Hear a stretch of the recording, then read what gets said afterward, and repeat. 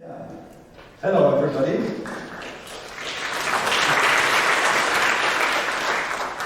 Yeah, today, so my name is Martin Lunt. I'm working as a project leader for AUTOSAR. I'm representing Bosch in the PL team. Actually, I'm working for AUTOSAR, so it's a bit complicated, but today I'm just talking on behalf of AUTOSAR. So from our side, also very warm welcome. And it's about AUTOSAR Global. So it's not a technical perspective. We are talking today about, we are now looking a bit more on the organizational kind of topic. So how is AUTOSAR organized? Or how do we have to change the organization? Maybe also with respect to all the development we are seeing with SDV and also with respect to the growth of the market. Yeah? So that are the two things I would like to talk about. So what does it mean for AUTOSAR in general, and what does it mean for the regions where we are represented? So let's start with the market and the general development. So you have seen this slide before. The numbers are a bit older, so this is from the beginning of the year, so this is changing. At the moment we have 360 partners, so it's still increasing. And I would like to show you how the development was in the past. So you can see here the numbers, and you can see, especially in Asia, we have a really tremendous growth. Yeah, so it's really looking like an exponential growth. And in comparison to Europe, you can see that meanwhile Asia has overtaken Europe from the number of partners. So that means AUTOSAR is not anymore driven by the European companies. It's really also now driven by the Asian markets, I would say, if you're looking at just at the partners. The United States, okay, you can. There is potential, I guess. Yeah. So you can see it's a bit behind, but we have two very big partners here. We have two core partners in the US. So therefore, I would say, yeah, there's also a very strong connection to the US. And now looking a bit more into the details. Yeah, we have here the detailed numbers for the United States, for Japan, for China, and also for India, because India also has maybe the potential to grow. But especially here in China, you can see where this exponential trend comes from. And what I also would like to show is now how the markets are really developing. So I found a study here from Markets and Markets. And there you can see the numbers, how the automotive software market is growing. And I think if you're looking at those numbers, you can see in comparison to Europe, there's really much more potential in Asia. And so just comparing these numbers, I would say you should see twice as many partners as we have today in Europe. And you also can see that the annual growth is also, the prediction here is also much higher than in Europe. So in 27, I even would see more partners. And you also can see there is potential in the US in comparison to Europe. Maybe it should be at a similar level, just looking at these numbers. And we also maybe see in future partners in Latin America. So in Africa, we already have partners, and so I think this correlates to the picture we currently see, but with certain potentials. Yeah, and then we recently analyzed our contributions. So this is a situation we have to face. Yeah? So we have many partners, but not all of them are really contributing in the way we are expecting them to contribute. So there is potential of around about 40%. So it's definitely important that we make use of this potential. And it's not blaming the regions, but that's also something we can see that most of the non-contributing partners are coming from the regions. So there is a lot of work to do, and maybe it's also one of the reasons is the very fast growth in these areas. So we really have to bring that capacity on the road, and only AUTOSAR can only remain as a living standard when we are really working together and bringing in our needs, the needs in the regions to the standard. That's very important that the partners are shaping the standard and not only part of the partners. You also can see here in the non-contribution area that the interest in the communication, the security, diagnostic safety is really high. So there are many partners. They contract-wise said, okay, we want to join in these areas, but okay, they didn't. But that's something we can change. So of course we can try to help them bringing in their contributions and their ideas to the standard. So that's something we have to face and where we will work on. So now, what does it mean for the hubs? So, and if you consider that, these non-contributions are mainly coming from the regions, then I would say it's a challenge to the hubs to find out what the reasons are. And so let's just now go a little bit back to the history to see how it has been developed and how the situation is today, and then maybe how we can change it in future. So that would be then the message and the motivation also for this meeting here today. So you can see at the beginning we just had some user groups, some smaller groups in the regions taking over some tasks, collecting some ideas. Yeah. Then we have seen the increasing activities in China. That was a working subgroup for B2X in China. And we also have a request from Japan for a kind of hub. So this was 2020. And then there were the first official proposals here in 2021 to set up these regional organizations to support AUTOSAR, also in the regions. And this was 2021, and then finally 2022 there was an official decision to launch the hubs with individual goals.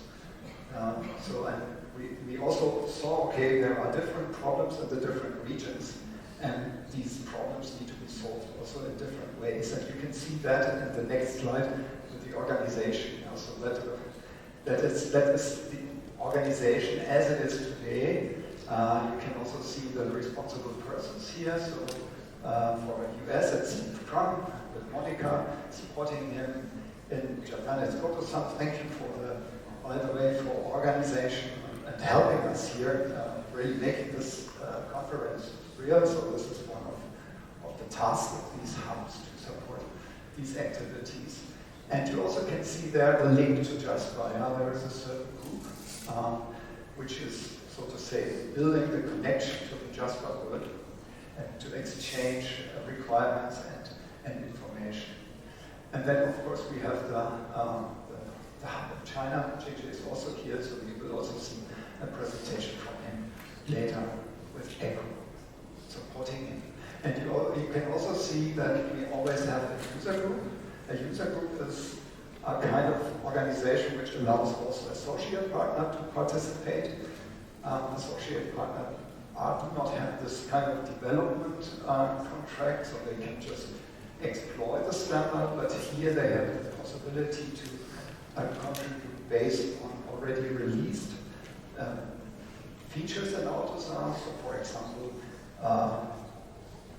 developing some guidelines or developing some implementations on top of or based on the already released standards. And then we have the working groups. Yeah, working groups are intended to develop the standard itself. For example, in the US, we have the working group Cloud.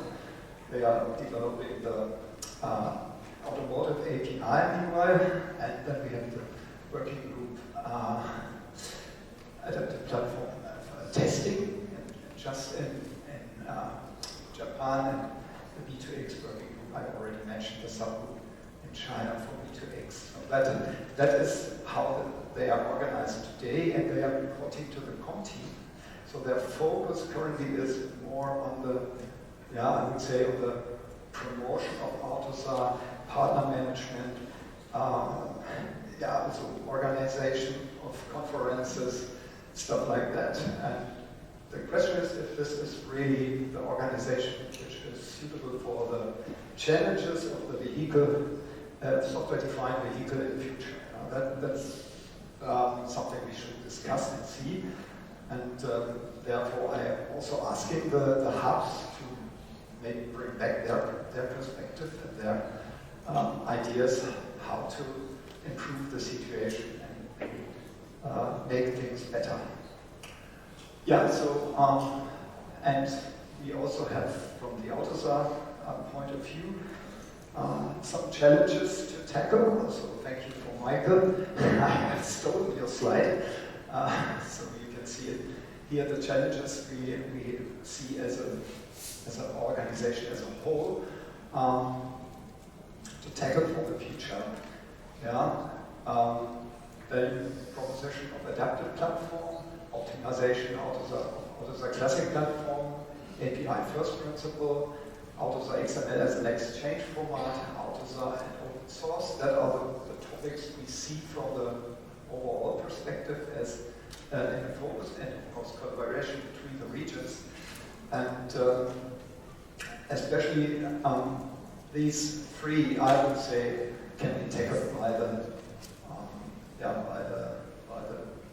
regional hubs. So value proposition of adaptive platforms. So there we see many activities, also to maybe replace the adaptive platform by other open source solutions. So there we should really work on what the market really needs and to show and promote the adaptive platform in a way that it's really suitable for the needs in the regions. Then this API first principle, I think this is coming also from the direction of this automotive platform, where you have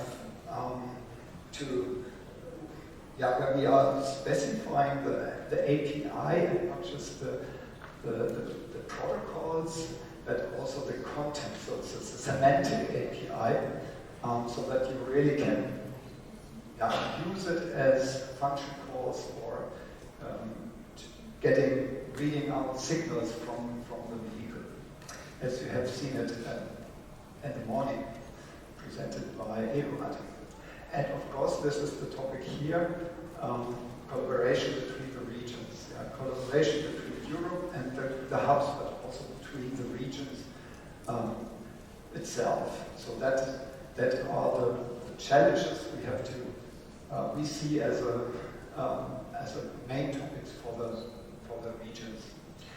And some ideas. Better utilization of the resource potential we have. You can see that before the slide with the contributing companies. So there we have definitely something to do, and there I hope that we find appropriate solutions in the regions, improve the participation of the regions in the standardization topics. Right, this is, so to say, the measure to bring the capacity we have there on the road, identify these topics, maybe there are some new ideas, what do they really need in the regions, and take over responsibility, develop them, and for the global market, not just for the region. We should care that we stay to be a global standard, right? And it should not be a mixture of regional solutions. We should always bring the solutions together in a way that they can be used globally and by all the partners. That's very important, and therefore we have to have the right mindset also in the regions. And yeah, that's what I mean when I'm talking about think big and global, not just for the region. Finding a way to coordinate internationally, yeah, so you have different time zones, you have different language. That's something we have to overcome, language barriers. Yeah, so, but we have this potential to support the market. We have the organization, we have the structure, we have the processes. So AUTOSAR is quite a strong organization, and we really should make the best out of it now and try to tackle these problems we have, but yeah, thinking positive and future-oriented and considering the challenges of this SDG. Yeah, and there are some ideas, and of course we are very open to hear your voices, to get the pain points you have, collect them. Some of them are listed here, but it's most probably not all of them. So different time zones is already mentioned, different languages, that are things we have to overcome. But maybe there is more, and yeah, that we have to consider, and we will find individual solutions. Yeah, that's the goal of this activity and of having the hubs to collect the ideas and to react on what the respective needs are. Yeah, that's it for today from my side. So I'm really happy to motivate the next three presentations from the hubs. And I'm really excited to see what they have maybe already as a solution available. Thank you very much.